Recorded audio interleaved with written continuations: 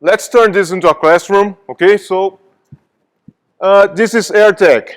It's a company, and this company has this kind of problem. What do you see here? Looks like a bottleneck, right? Looks like a bottleneck on that checking stage, and people are unhappy with this, okay? And I'm going to continue the lecture here after you give me 6 options to deal with this bottleneck. I need 6 options. Hire people. Hire people, maybe as an option. What else? Swarming, nice. Probably I need to cross-train people for do this kind of swarming. Okay, what else? Fire Carlos. Okay. Now, this is not the Get Kanban game, so. What else?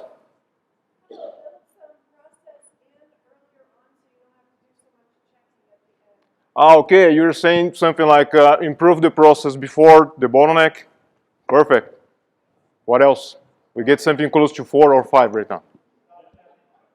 Sorry? Oh yes, nice one. Get rid of the checking stage, okay? Let's get off of it. Nice. Well, you said something like raise capacity, improve quality before the bottleneck, and these two here, basically what you're doing is raising risk. There's another one that no one talked about here, okay? Maybe I can create a different work item type, okay? And this work item type doesn't go, simply goes through the bottleneck. And this is a, let's say, more balanced stuff than getting rid of the check-in stage, okay? Well, why I'm talking about this? What is the tribal impact that you will have if you simply get rid of the check-in stage? People will get pissed off, right? Okay, maybe the guys that are here before the bottleneck, sorry, they'll get scared. Well, this manager simply get rid of a lot of people on the check-in stage, all right? So this is a really, really risky stuff for you to do. What are the tribal impacts if I simply improve the quality before the bottleneck? This is pretty low, right? Basically what I'm doing here, if you have something close to 3 or 4 days of queue here on the bottleneck, you can simply say to the people before the bottleneck that you have 3 or 4 days plus for you to do your job with quality. Really, really, really low impact on this kind of decision. Okay? What if I create this new item type, like I said, the pinky one here, and like I said, this kind of work, this kind of ticket, simply pass through the bottleneck. Well, one thing that I'm realizing after working 8 years with Kanban is that for you to motivate change, you need basically 2 stuff, 2 things. You need data and you need a narrative. You need to talk to people. You need to talk with this tribe over here. You need to talk with this tribe. Maybe this tribe here will get somehow harmed by this decision. Okay? They'll get a little bit scared. Well, I'm maybe losing power. Maybe I'm losing my usefulness here. And they will get a little bit scared, but you need to create a narrative for this. You have data to show that they are the bottleneck, and you need to somehow make them feel calm, and you need to somehow do not make their security go too far low, okay?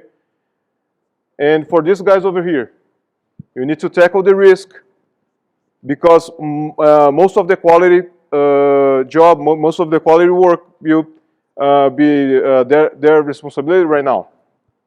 Okay, and But this is also, of course, a much easier decision, a much easier improvement for you to implement on the system. Okay? Well, optionality. Optionality. Okay, this is the quote from Taleb. Any strategy with optionality is a road with a lot of exits. A lot of exits. And what's happening right now in the market is that there are some people telling you that must be imagined as a train. I don't see a lot of exits when you see a train, right? When you see a track of a train. So what Dave Snowden teaches us is something like you have to, if it's a complex environment, you have to implement multiple experiments in parallel. That's basically what we call optionality. All right? So, optionality. Do you remember this guy from yesterday? A lot of drinks, beers, okay? So, this is the first lesson that I like to show you on this talk. The anti-fragile leader, he will look for optionality. Okay? You see that I'm going to, maybe I will use the word antifragile. It's most close to Portuguese, okay? But you translate in your head as antifragile, okay? Please. Let's continue here. Well, so I have a lot of options here, a lot of things that I can improve on the system. How can we choose one of these options, okay? Let me talk about how did I decide to do the Lean Kanban Brazil that is going to happen in October this year. You know, that's a lot of stuff that we can gain from doing the conference. This is all the upsides that I can have doing the conference. Kanban is growing in Brazil. There's a lot of interest of people are looking for Kanban in the market. A lot of implementations are popping up in Brazil. The last big conference that we did in Brazil was in 2013, a lot of time ago. David was there. David is going sabbatical. He's going to take his break. So this would be a good year for do this kind of stuff. But this is all the upsides. But there's risk. There's a lot of things that are concerning me as a chairman of the conference. There's a big economical crisis in Brazil. Our GDP lost something close to 7% in the last 2 years. So maybe the prices of the conference will go down because of all this pressure, unemployment, all this stuff. Okay? How can we decide this kind of stuff? How can we put a number on it? If you remember what David or what Don Heinertz says, you need to put a number or you're just a philosopher. Okay? I'm not sure if I agree with this quote, but that's what he says. I've got no idea if there is really big interest in Kanban in Brazil. Okay? I don't have any idea how the economy is going to behave in Brazil, but I need to take a decision. I need to put a number on it. So I created this kind of spreadsheet, and I realized that only two things really matter about this decision. Is the number of the people coming to the conference and the price that I'm going to ask them. Okay, this is the basic stuff. I don't have any new information about the economy or the interest, but like I said, I need to tackle this risk somehow. Well, I put this spreadsheet, and this spreadsheet gave me something like this. This is the number, oh, sorry, always the wrong button here. This is the number of people attending the conference, okay? And this is the outcome, or this is the result that I'm going to have with this mix of options I have here. This is one thing that I put on this spreadsheet here, optionality, okay? Because what I create for this event is 3 offers, the Kanban Masterclass with David, workshops like the one that are going to happen tomorrow, and the main conference. This is the way that I put optionality on the system. There are some people that are going to the main conference, there are people going to workshops, there are people going to the masterclass. This is one way that I found to tackle the risk. Okay? And like I said, this gives me this kind of outcomes based on the number of people attending the conference. And if you see it, it's convex. It's a limited downside here, and it's a really good payoff here. Okay. So I need to fight with all my strength to get rid of the left side of the equation. Okay, I don't like to get in here. And one thing that is really important about this kind of chart here is that it's not a timeline. It's not that you're going here to here. This is the final result of the conference, okay? This is going to happen. This is what I'm going to evaluate in October this year. Like I said, you are here. In fact, you are here. If you do nothing, you don't lose nothing, but you don't have nothing. You don't gain nothing, okay? So you are here, complacency, and if you really decide to do the conference, you will be somewhere here on this curve. All right? Let me see. So,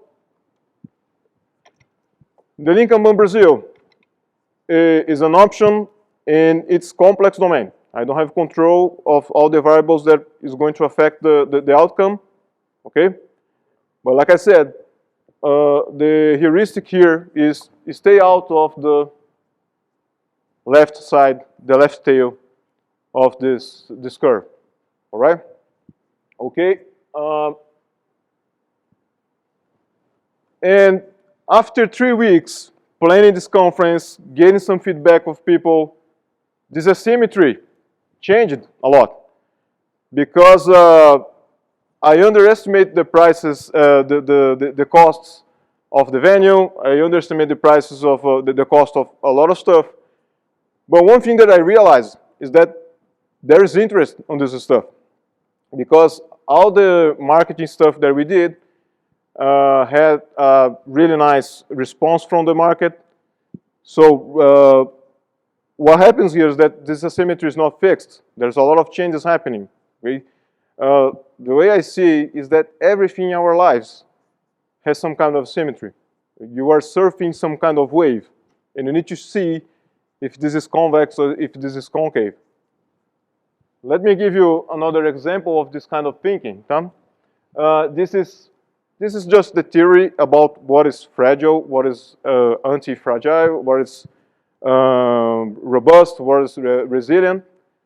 And most of the theory on this presentation is present on the appendices of the Antifragile book by Taleb. There's the textbook. In the end, you have a lot of information. You have all the math involved in this kind of stuff.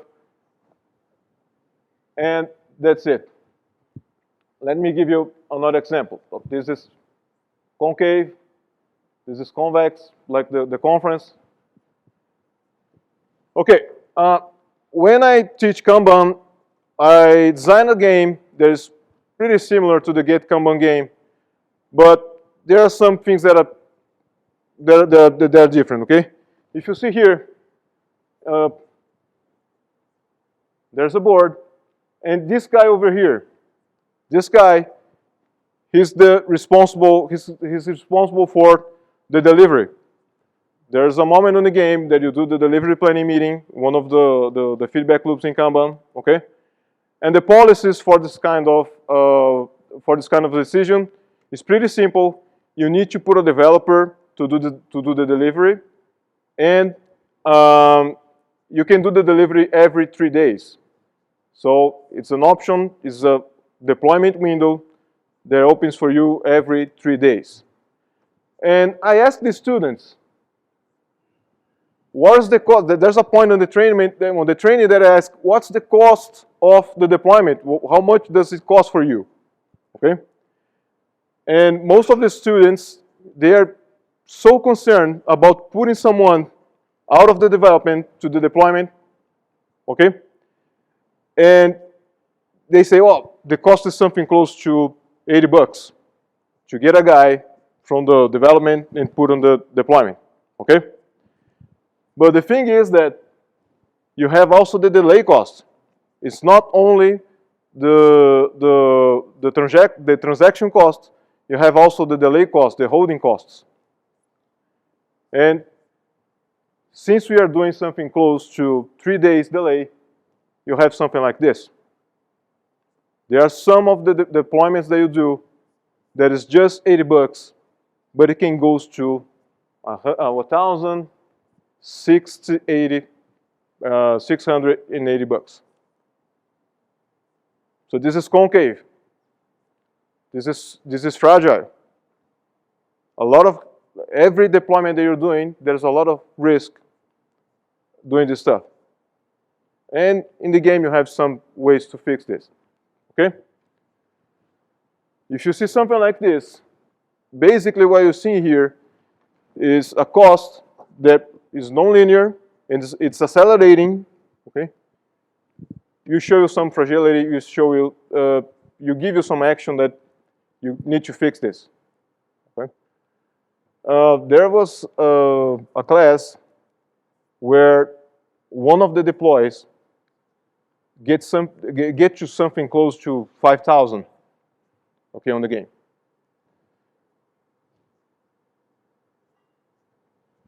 Handle with care. This is fragile. This is another example. There's an economical analysis that you can do about WIP.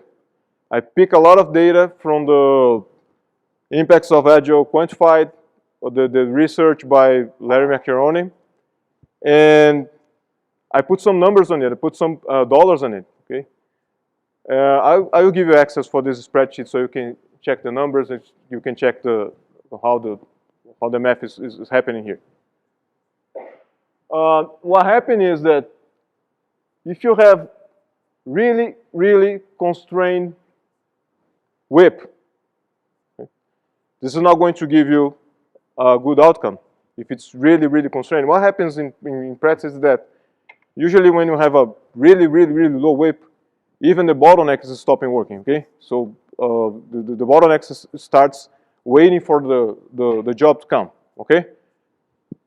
But of course, if you have a lot of WIP, also, this starts going down.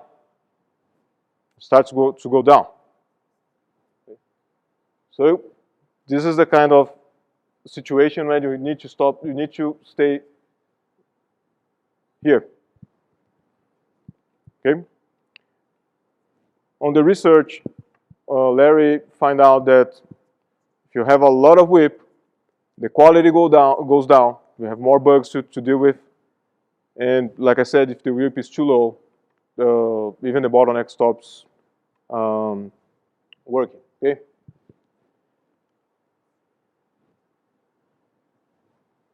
So again, how can we decide about AirTech, about the bottleneck problem? You check the asymmetry. You do something like this. What is the left side or the tail side? What is the upside? And what is the downside? What is the upside? There are some things that are interesting here because, like I said, the green one, improve equality on previous stage. Almost no downside here. Simply, like I said, get rid of the checking stage. You have a downside that's accelerating here, but you have a good upside. If everything goes okay, removing the checking stage, maybe it's good. for the throughput for something. If you check the head one here, it's pretty linear, hire people, but you have also downside here.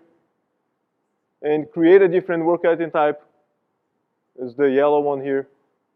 You have a non-accelerating downside, but a pretty good upside. For you to do this kind of spreadsheet, for you to do this kind of math, basically what you need is how much throughput costs you, how much quality costs you, and in this case, the salary of people, okay? Your payroll, okay?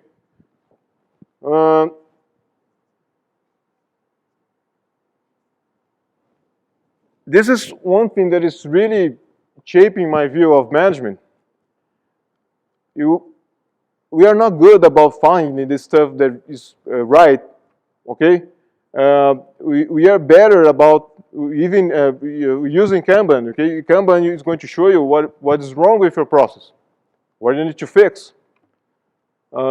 It's really hard for us to detect what is right, but it's really easy for us to measure and see what is wrong.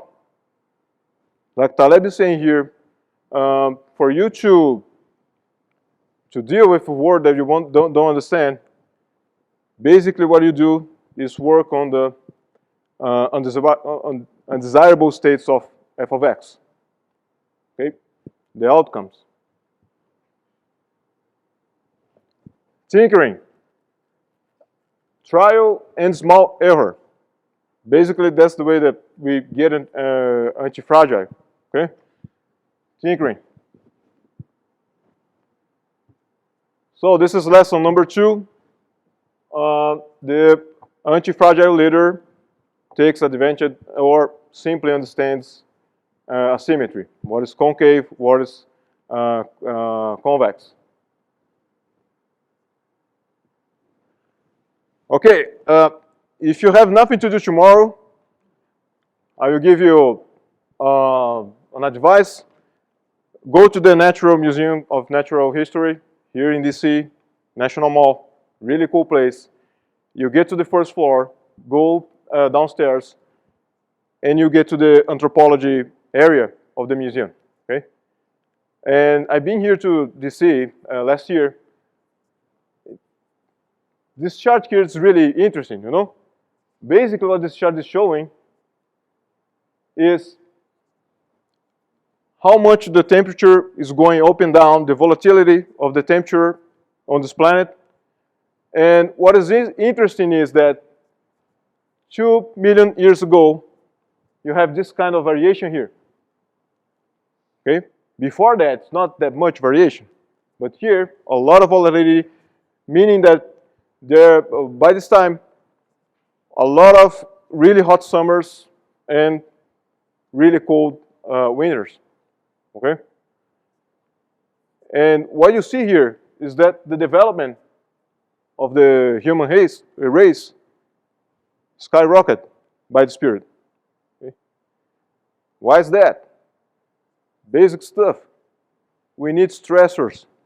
We need change. We need different things happening on the environment. Okay? This is basically how the human being works. You need stressors. And this is a chart that I've been using to explain basically how the fragile, the resilient, the robust, and the anti-fragile works. This is a pattern that I really see here and there. Most of my work on the market is something like take out companies from this to this. Most of the companies that I've been talking to, they want something more robust.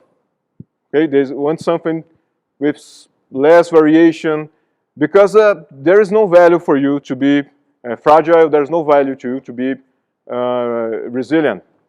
Okay, what I see out there is that there's a lot of romantic ideas about being resilient. It's something like the Rocky Balboa stuff, you know, the guys that get beaten a lot, but somehow turn out the stuff and wins. But this step over here, from robust to anti-fragile, is one step that maybe enterprise services planning can help, but I'm not sure if there's a clear answer for that. But one thing that I'm seeing is that there are some companies, they are trying to create the variation. They are trying to create some, I'm calling this kind of stuff as imposed variation. They are deliberately putting some variation in the system. Do you know what it is? The Chaos monkey? Who knows? Raise your hand. What is this kind of stuff? Yes. This started with Netflix, right? They created a robot, they created some piece of software that simply goes to the infrastructure of the company and starts shutting down servers, services, all this stuff. You should ask your CTO if you want something like this in your environment, okay?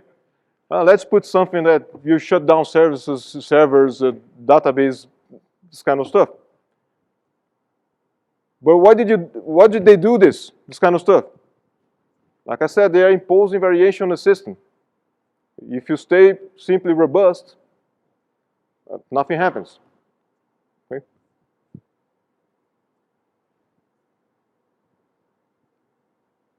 Let me talk about some stuff that is happening in Brazil. Something now, one of the companies that have been talking a lot about Kanban, and they are doing some really cool stuff. They are outsourcing company, Thaler, name is over here. And they created a concept that is called unified flow. And basically what they're doing, they are challenging this view, this concept of one project, one team, one project, one team. They were really, you know, suffering with all the variation that you have, people missing on the team, the portfolio is usually not the way that you want. You know, there's a lot of down, not selling anything, then selling a lot. That's the kind of problem that usually guys from outsourcing companies do. Okay, they are really not a big shop, but what they're doing is really cool. What they did here is pretty simple. They have a Kanban system, but they don't have any dedicated teams for the product. Okay, you have a queue here. You can call it a backlog or something, and they simply pull work, but they don't have this concept of team. Okay? In fact, what they're creating here is simply a super tribe. Everybody's together, and this is the way that they are dealing with all the variability that they have in the system. Okay? Low coordination costs, and also they are improving this sense of flow. It's a really interesting pull system here. Now the challenge that they're facing is how do you do the replenishing here? Okay, how can you decide to give more attention for project C or project A? This is one of the challenges that they're facing right now. This is really interesting. Another Brazilian company, also in the space of outsourcing. This is one of the most different lead times distribution that I've ever seen. Okay, because this company here, they can deliver any user story implemented in Rails and Ruby in 2.5 days, 90% of the time. You see here, the scale here is really massive. You have a 300 stores delivered here, and a really, really thin tail here. Okay? And they invited me for their retreat, happened in February this year, and I asked them, guys, you were really cool, you're delivering, this is something that I don't see around. on my clients. You are doing a really good job on development, okay? And I asked them, this is like a premium service. Are you charging more for this kind of stuff they're doing? Okay. And they said, oh, you know, we didn't have this kind of insight before, okay? Man, what you're doing here is spectacular. So you need to charge more. People need to pay more for this kind of service. Okay. They are trying to now, reposition the brand for this kind of market, okay? Premium and people that really need fast responses. And they are also creating products, they are creating new ventures, and they are basically using their performance for new stuff, okay? New opportunities, new products. And this is something that really, I see that a lot of companies do this kind of stuff. I see that if your outsourcing company is really good, they should do their own products. Do you agree?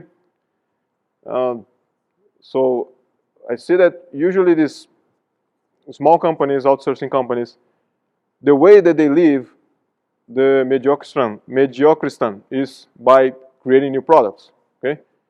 All this discussion about services not scaling, that's what happened, okay? So this is extremely robust, the system that they have, okay? Because they can deliver really fast. You don't see a lot of variation. It's extremely predictable, this service, okay?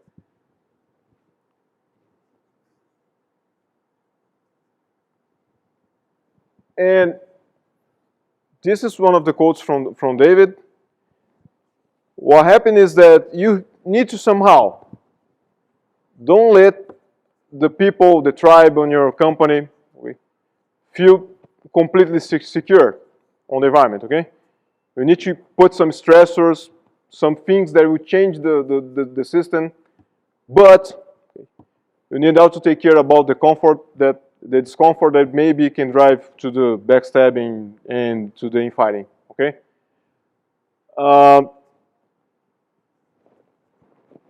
Again, lesson number 3, okay? The anti-fragile leader will impose some variation. They do not let the things simply get robust. Okay? Simply be robust.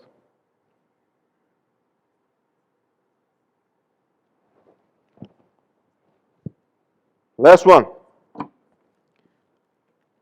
I think that this is one of the ideas that come out of this conference, you know, talking to people. And in fact, I tweeted this kind of stuff yesterday.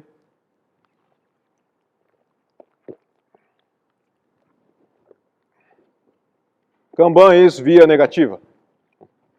Kanban is via negativa. What do I mean by that? If you take most of the practices that Kanban preaches, most of the stuff that we do with Kanban is removing stuff, not adding new stuff, okay? If you're turning the work visible, what are you taking out?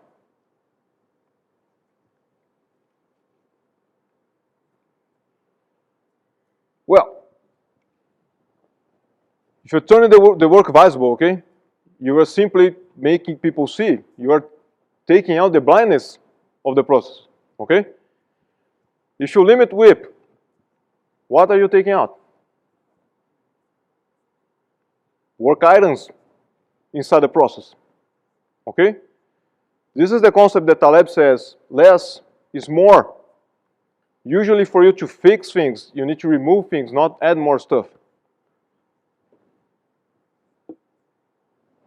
Charlatans have nothing but positive rules. When you see someone saying, do this, do that, there's a really shining bright future for you if you do this and do that, okay? This is some kind of fragile behavior, okay? I was watching a lecture yesterday about this kind of subject, via negativa, and Taleb said that if you take out all the investment on healthcare and simply remove cigarettes from the society, okay, the returns, the outcome will be much, much, much better than all the investment that you do in healthcare, okay? Via negativa, take out stuff from your process.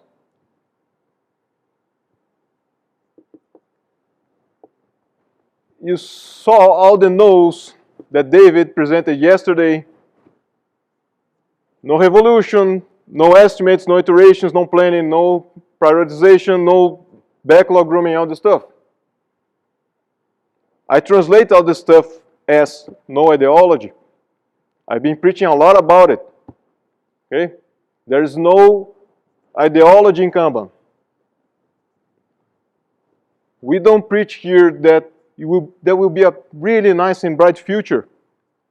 We are most interested in something that is happening right now. What's your WIP? What's your lead time? How people are collaborate together. Okay? No ideology. And another thing about this, take out the stuff of your process, this comes from the avoid the fashion industry. What do I mean by that?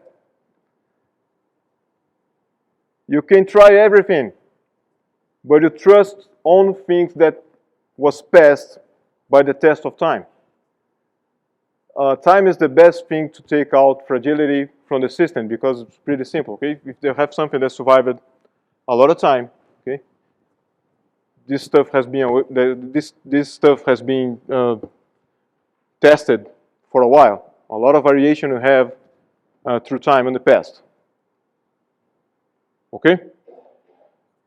So we have tribal behavior for a long, long, long time.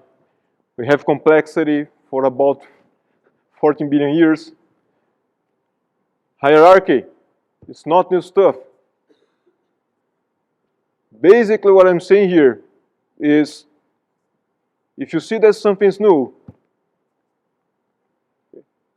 you need to scrutinize this stuff. It's not just simply, oh, this is new, so this is good. Okay? Most of the stuff that I see about management practices that I see on this conference is more about things that are being for a long time. Flow theory, more than 16 years. Okay? So this is it. The fourth lesson is via negativa. Don't be guided by ideology, be guided by things that you really know that works. So why Kanban? It's pretty compatible with all the stuff that I said here. Okay. Enables optionality. And you see that what I mean by optionality here is not simply which project we are going to do or which demand or which if you're going to expedite this or do that. It's process optionality. With Kanban, you can do a lot of different stuff. Like I said, I've been a while, for 8 years, work with Kanban. There's no Kanban that looks like other Kanban. They are all different. Different solutions are emerging here and there. Number 2, provides a lot of information for you to do the math that I showed you here. How much is your throughput? How much is your lead time? How much cost of delay? All the stuff. Kanban also allows you to impose some variation. Like I said, you can change the process. You can change how people behave. You can do you can do fast experiment with Kanban. Okay? Like I said, tinkering. You can do a lot of tinkering with Kanban. And Kanban, like I said, is via negativa. It's ideology free. Basically, what we do with Kanban is remove the things that are harming us, okay? The left side of the tail. And let me tell you a story of this guy here. In fact, the cumulative flow tells the story, right? This guy here, Mateus, he was working, carrying boxes at a fulfillment company about 1 year ago. And then he was hired as a tester in a small ISV company in the city in the states of São Paulo, small city in the states of São Paulo. Hired as a tester, okay? And he started working there, and he started to see a lot of wrong stuff. Messy environment, okay? People overburdening in work. And he started studying. So he came to a lot of my videos on YouTube. He came to my blog, and he started studying by his own. Okay? And we can add more no's to David's equation. Okay? No training, no coaching, no experience. And he did just one simple stuff. Just one simple stuff, optionality. He put some WIP limits here. Okay? And you can see the impact. This is the f of x of complacency, like I said. This is the f of x of WIP limits. I'm not even saying that this is the f of x of Kanban. I'm saying that this is the f of x of WIP limits. Okay? In this chart, you can see that he doubled the throughput and the responsiveness dropped by a factor of 6.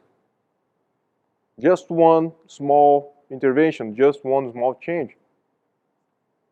This is the act of an antifragile leader. Okay? Just an animal experiment, and we have this kind of result. Okay? He is going to present this case at the Scrum Gathering in Rio de Janeiro this year, in July. Okay? And now he's working on a really cool, innovative company, Plataforma Tech. There are some guys from Plataforma Tech here. Okay? Like I said, this is the act of one guy, okay? Hidden figure in our community. Okay? And this is what this conference is about. Okay? Convexity, okay? Low downside, okay?